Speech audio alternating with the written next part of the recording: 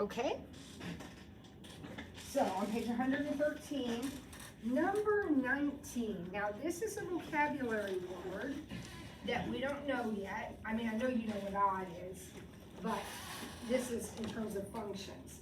So I'll give you an example. It says name four, right?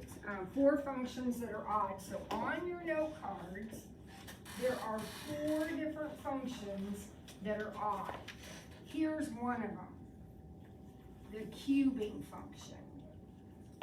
And the reason it is called odd is because you have the same shape in quadrant 1 as you have in quadrant 3. So see how it shoots up from the origin, in quadrant 3 it shoots down from the origin. That's what it means to be odd. You have symmetry about the origin, or you have the same picture in quadrant 1 as quadrant 3. Okay, so that's the cubing function. Now look at your note cards. Do you see any others that do the same thing in quadrant 3 as they do in quadrant 1? So if they go up in quadrant 1, they're going down in quadrant 3. Do you see anything? Linear, absolutely the linear, because, and some of you have that learned as identity, so linear or identity, either way it's fine. It goes up and down, that is exactly right. Any others? Reciprocal? Indeed, the reciprocal function. Because what does the reciprocal function do? It has a curve up here like this, and then it has the exact same curve in quadrant 3, doesn't it? Alright, there's one more, it's a little tricky. What about the logistic function? No, be careful with the logistic function. Edgeny, it looks like this, but this is quadrant 1, and this is quadrant 2. There isn't even anything in quadrant 3. Remember, if it's going to be odd, you got the same thing in 1 as you have in 3. Oh, that one's tricky. It is not, because the bar is open the wrong way. That is a very good guess. Is it the natural logarithm? No, because think about what I just told Edgeny. The logarithmic function doesn't even have anything in quadrant 3. It's the sine curve, guys. Because doesn't the sine curve have a hill in quadrant 1 and a valley in quadrant 3? Now I know it's got more than that, but doesn't have that. That's called an odd function. So these are your odd functions. Cosine, no, because cosine looks like this in quadrant 1 and this in quadrant 2. There's nothing in quadrant 3 to match that. No, these are the 4 right here. These are the 4. All right, that's a hard question. Let's look at number 20. There are 6 of these, and they are increasing on their entire domain. So I'll give you one of them. Increasing on its entire domain. Which one is this?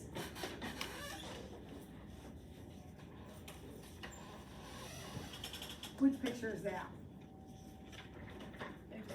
Exponential. Now, what do you think increasing on its entire domain means? It's going up. So when I draw this, start clear over here on this side of the picture. When I draw it, which way is my pencil going? The whole time, isn't it going up? So can you find 5 more that are doing that? Start on the left side of your picture, not the sign, because look what the sign's doing. Isn't the sign going up and down? So that one doesn't count. Find another function that when you start it on the left and draw to the right, it goes up the whole time. Identity, absolutely. Now, remember, this is also linear. Sometimes we get confused with the identity in this question because we're used to looking at it like this, and kids will say, but Mrs. Ford, it's going down. It is, but not when we draw left to right. Remember, when we're doing increasing, it's left to right. So as I go left to right, aren't I going up the whole time? Yep. Can you find another one? Square root function. Square root function, absolutely, the square root function. The square root function, when I draw it, goes up the whole time. Perfect, beautiful. What? Cubing? Cubing function? The cubing function, when I draw it, squiggles, but it definitely is going up the whole time. Very good. Would the squaring function be one? No, because what happens with the squaring function is, which way is my pencil going here? Down. Down. And then it goes up, but it has a down part too. And we're looking at pictures that only have ups. Only go up. Should be two more. Logarithm function only goes up. Remember the logarithmic function? It looks like this. As I draw it left to right, it only goes up. Greatest integer function. Oh, that greatest integer, I hate that function. It is so confusing. When you draw that, What's this one? Janine, when I draw this chunk of it right here, am I going up? No. No. Now, does it go up in pieces? Yes, it does, but it isn't always going up. I hate that function. There's one more kind of easy one. Logistic. The logistic function. Yep. Think about what the logistic looks like, kids.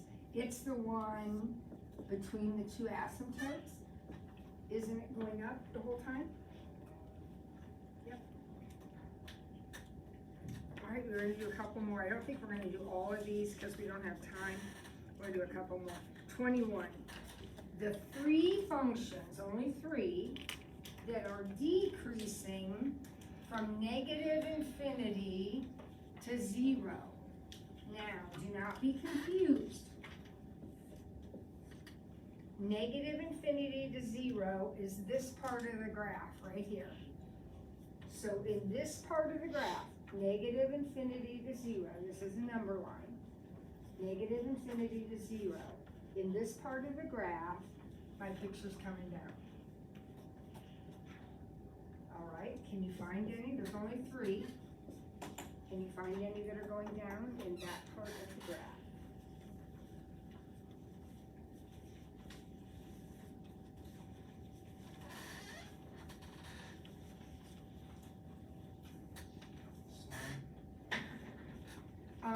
We gotta be careful with the signs, Brandon. You're picking all these weird random functions. Good, I'm glad you're on top of it. But what is the sign doing over here? Is the sign going just down? No. It's going up and down, so that one doesn't count. Look at the functions. When you start on the left and start drawing, which ones are your pencil coming down on? Sincere? Absolute value. Absolute value, 100%. Absolute value. When you draw that, you're coming down just like that. We only care about this piece of the graph for this problem. Okay, can you find another one that does that? Squaring. Squaring. Squaring comes down. One more and it's tricky. The reciprocal. Over here on this side of the graph, isn't the reciprocal going down? That's kind of a tricky one. Absolute value and squaring, those are pretty obvious. It's like these. Reciprocal is a little bit confusing. Okay, imagine doing these without your flashcards. Wouldn't that be all harder? Yeah, let's keep our flashcards with us. All right, a couple more. The three functions with infinitely many local extrema. What in the world does that mean? I'll give you an example.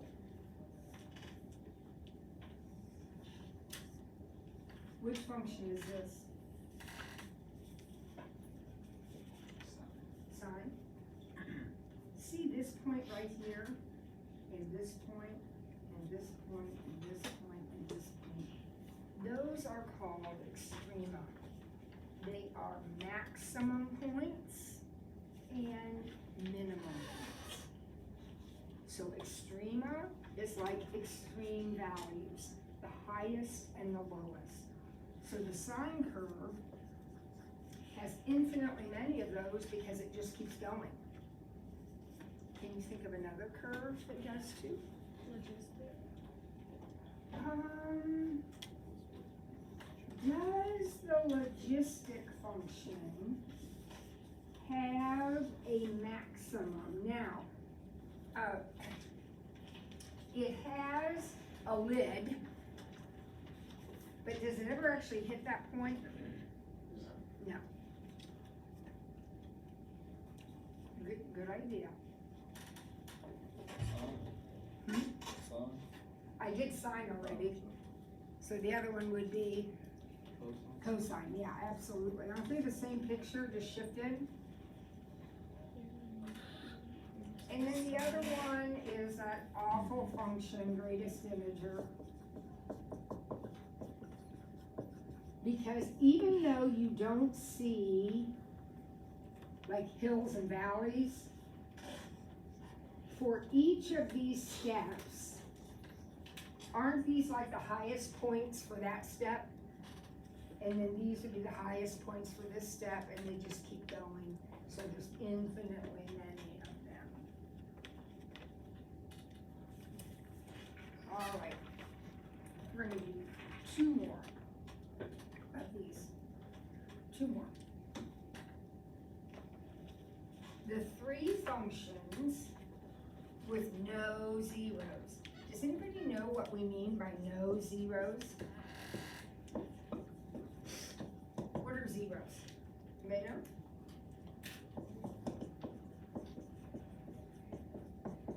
X-intercepts.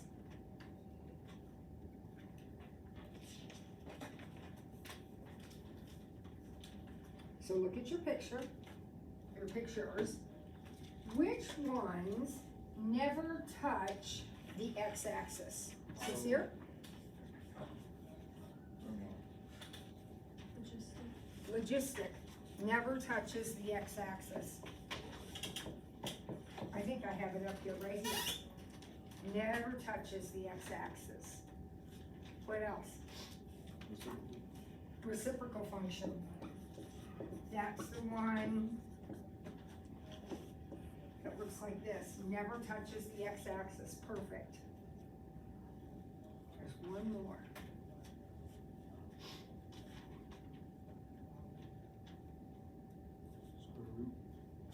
Now be careful. The square root function does touch the x-axis right there. Exponential. Yep, very good, Ruby. Exponential. Because the exponential is the one that has an asymptote here and shoots up like that. Never touches the x-axis.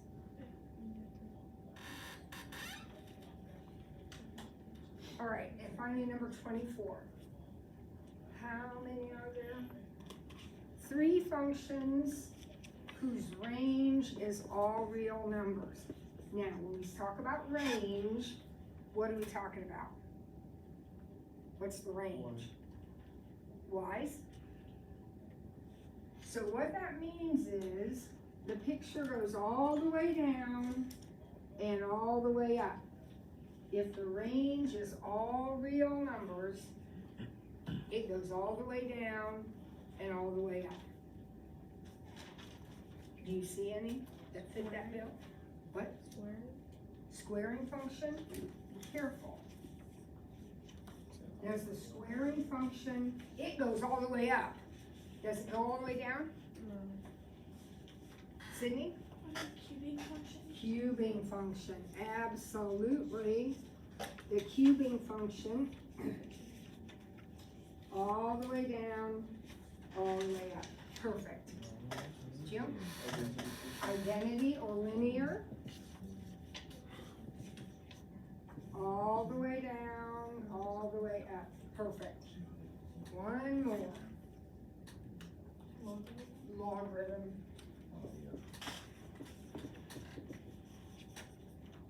All the way down, all the way up.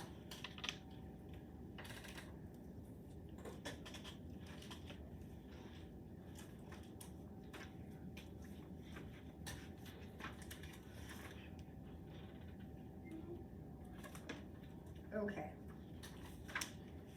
All right, we're gonna stop for just a moment and do a little bit of review.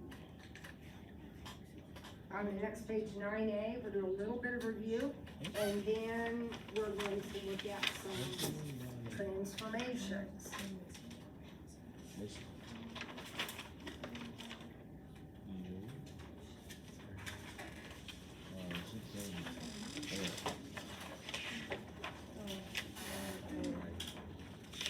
All right, would you take a minute and do number 1? Find the domain, take a stab at it.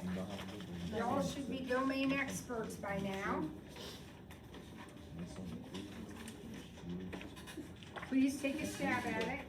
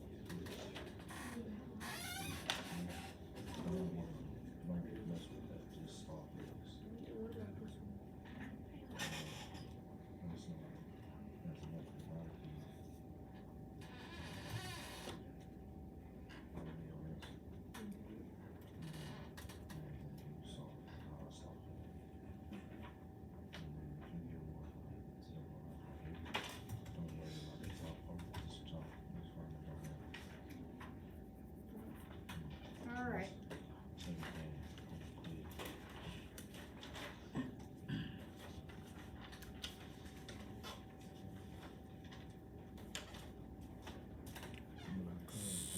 Did anybody come up with any of them? This was right. A, B, or C for the domain?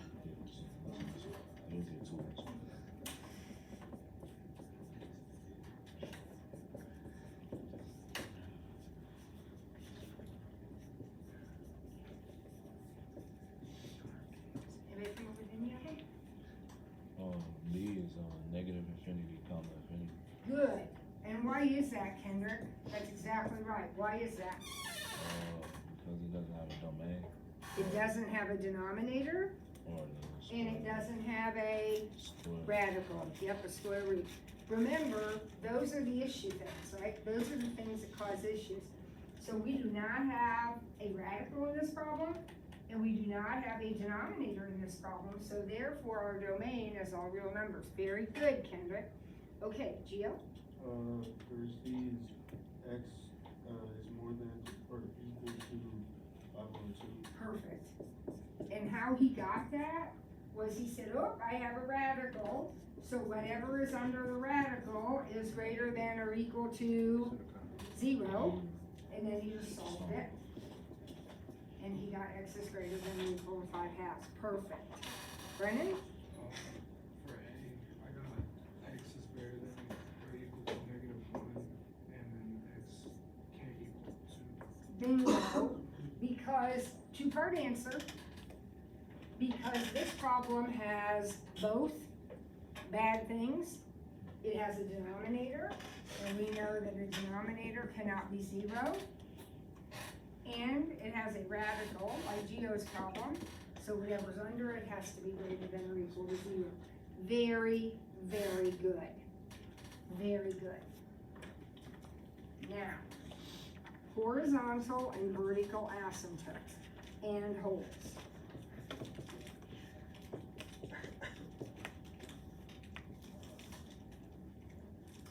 Try to remember, when you look at one of these problems and we're graphing the asymptotes, try to remember to factor first. However, does anything factor here? So I'm just gonna jump in and go. So what can you tell me about vertical or horizontal asymptotes?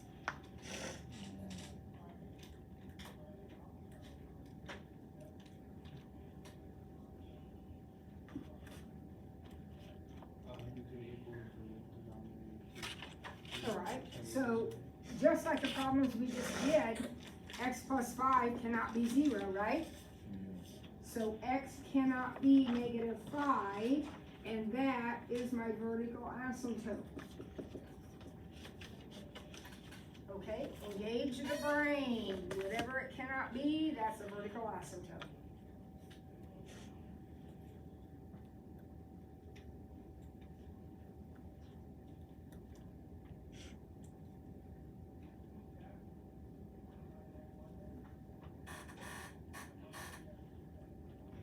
All right, what about horizontal? 2. Y equals 2. And how did we get that? That is exactly right. Y equals 2. Remember boxing the x's? And if we look at only the x's, don't these guys cancel out? And leave me with y equals 2/1. Perfect. All right, what about b? Much bigger problem. How are we gonna start b? Factor. And how does it factor?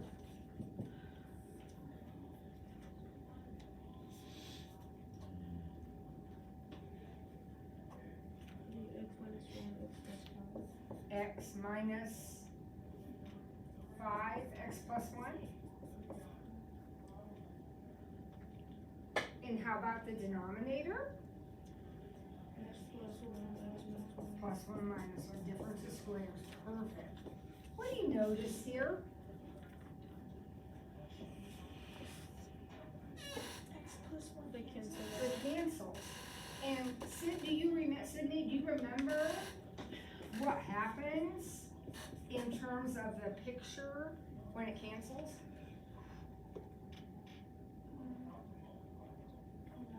Does anyone remember?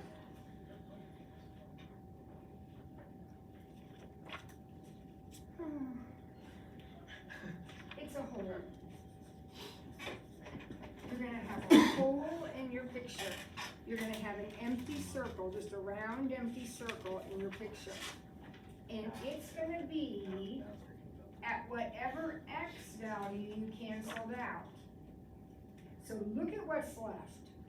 Would you agree we are gonna have a vertical asymptote at x equals 1?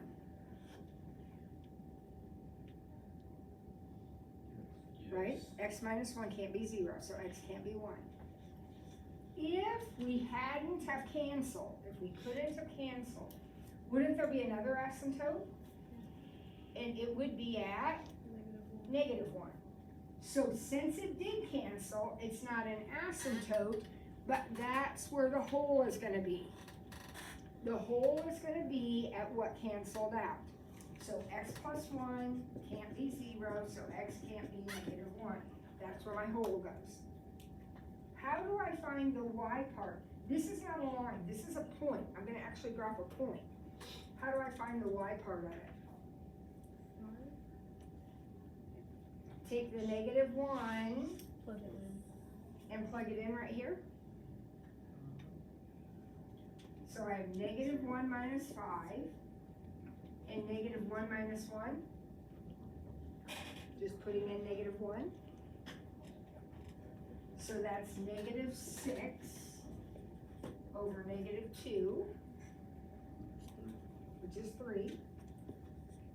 So in my picture, at negative 1, comma 3, there's an open circle. Where do open circles or holes come from? The only way to get one is to cancel.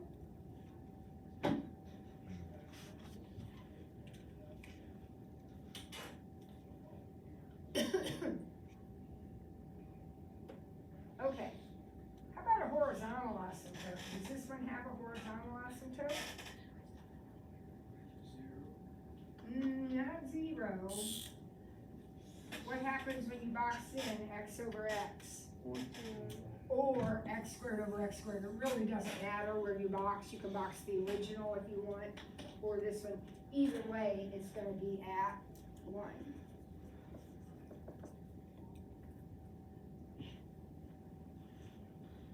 Why did problem A not have a hole, but problem B did? Because we didn't cancel anything out. The only way to get a hole, friends, is to cancel. All right, C, what do you think?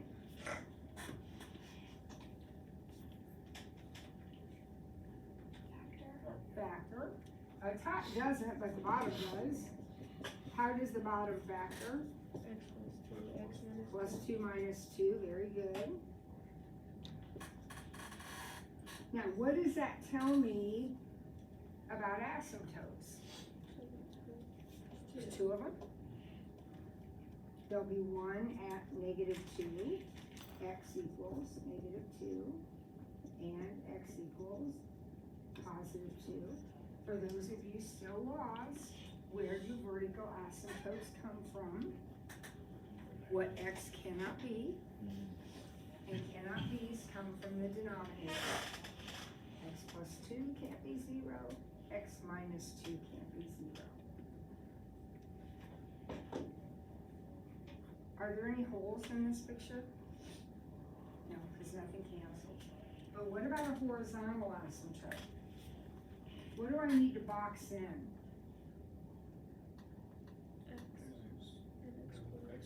X squared. I have to box in the highest power. So if I don't have what I need, I have to put it in?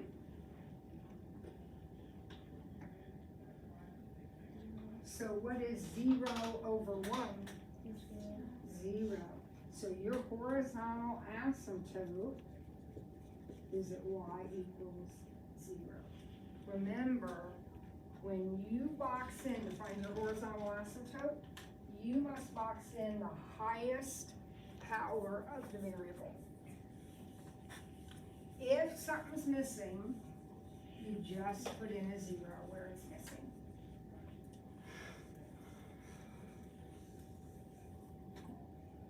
All right, one more review problem.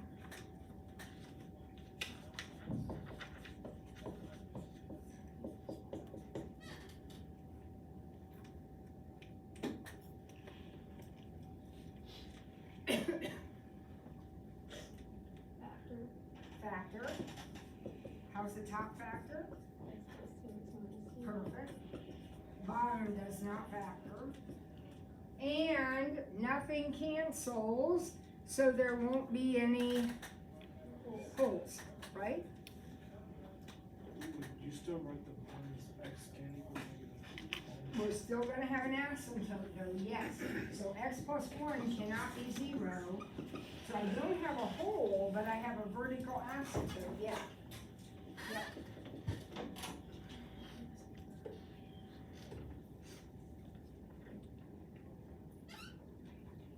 How about a horizontal asymptote?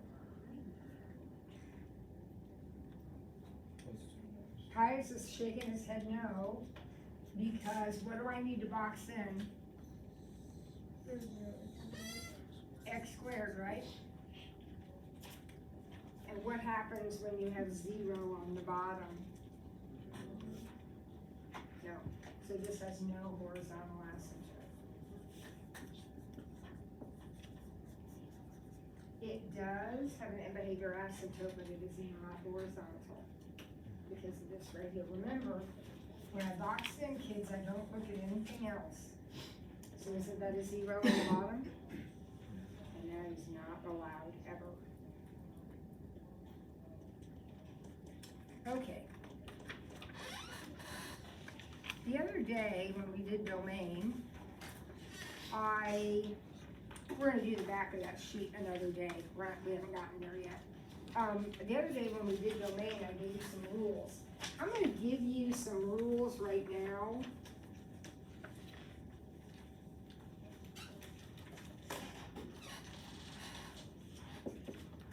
I'm gonna write them in a way I hope makes sense to you.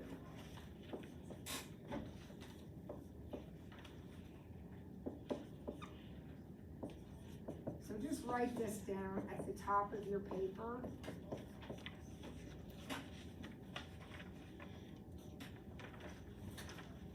These are both squaring functions, x squared, but I modified them by putting some numbers in, so I'm getting ready for page 10 of my notes now. Page 10 of my notes.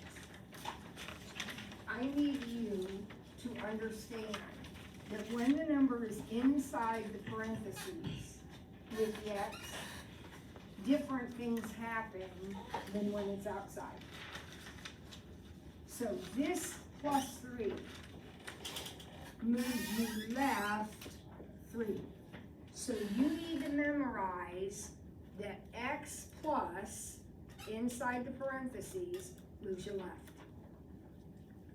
X minus moves me right.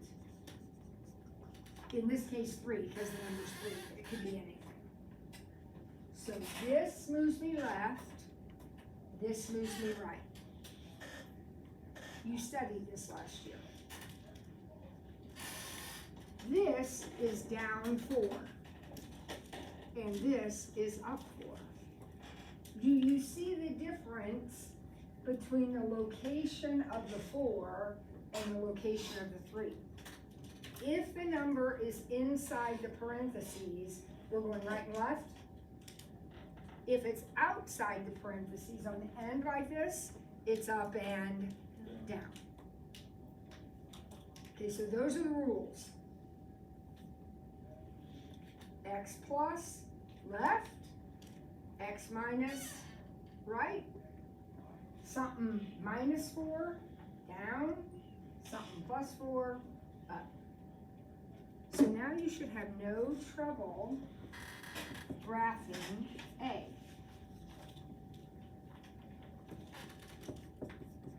What shape is this going to be? Look at your BFFs.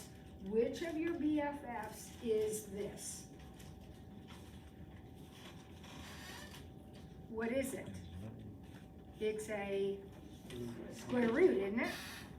So we all know, because we have our flashcards right in front of us, that the square root function looks like this. Now, that minus 5 is inside, I know it's not a parentheses, but it's a radical. It's inside the radical. It's not this. It's inside.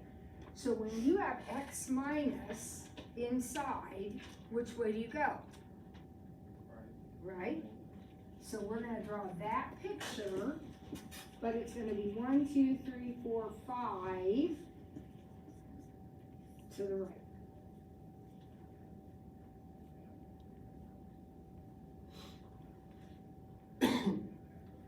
The square root shape is this. When you start putting numbers into it, all you're doing is moving it.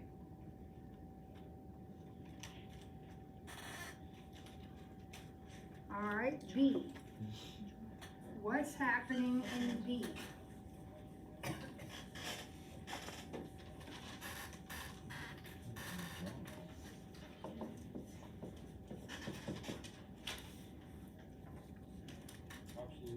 absolute value, so we know that shape. Look at your note card if you don't have it memorized.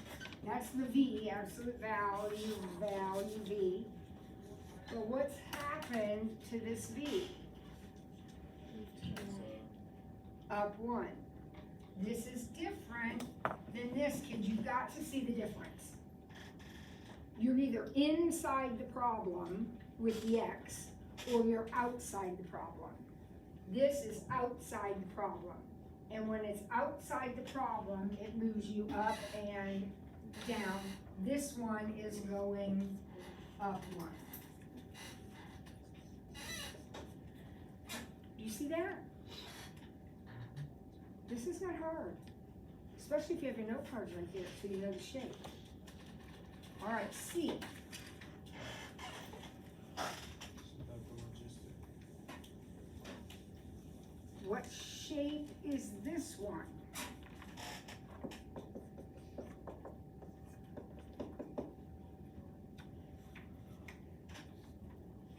What gave? Exponential. So my exponential function looks like this.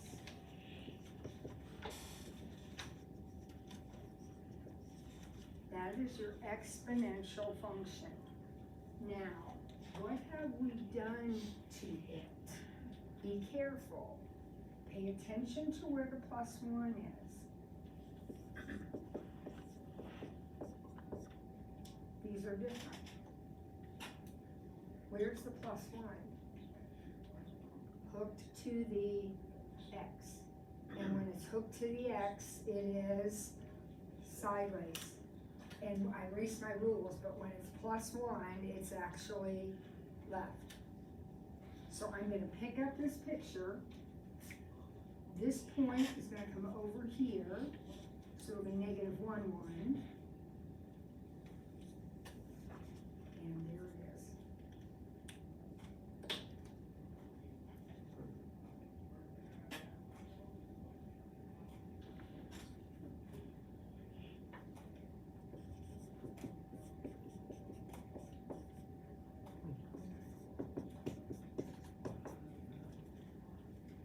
All right, take a minute and see if you can graph this and this. What shape are these gonna be? They're both gonna be the same shape. What shape are they? Parabolas? These are x squared, so they're both gonna be parabolas. And remember, the normal parabola is at the origin. These have both been moved. See if you can figure out how they've been moved.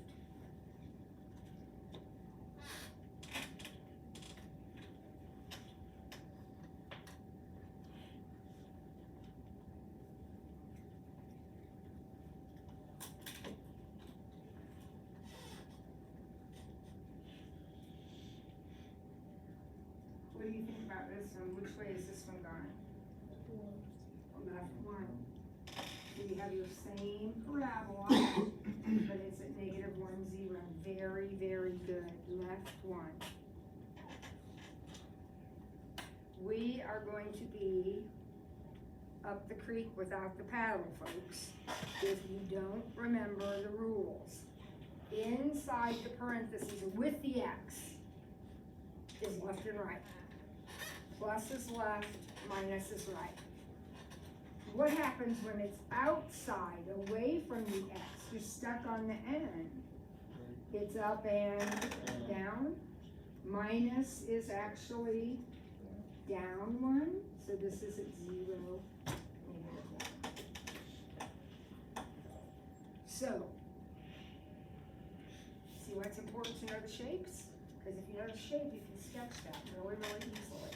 X squared, any squaring function is going to be a parabola. All right, I think I'm going to stop there.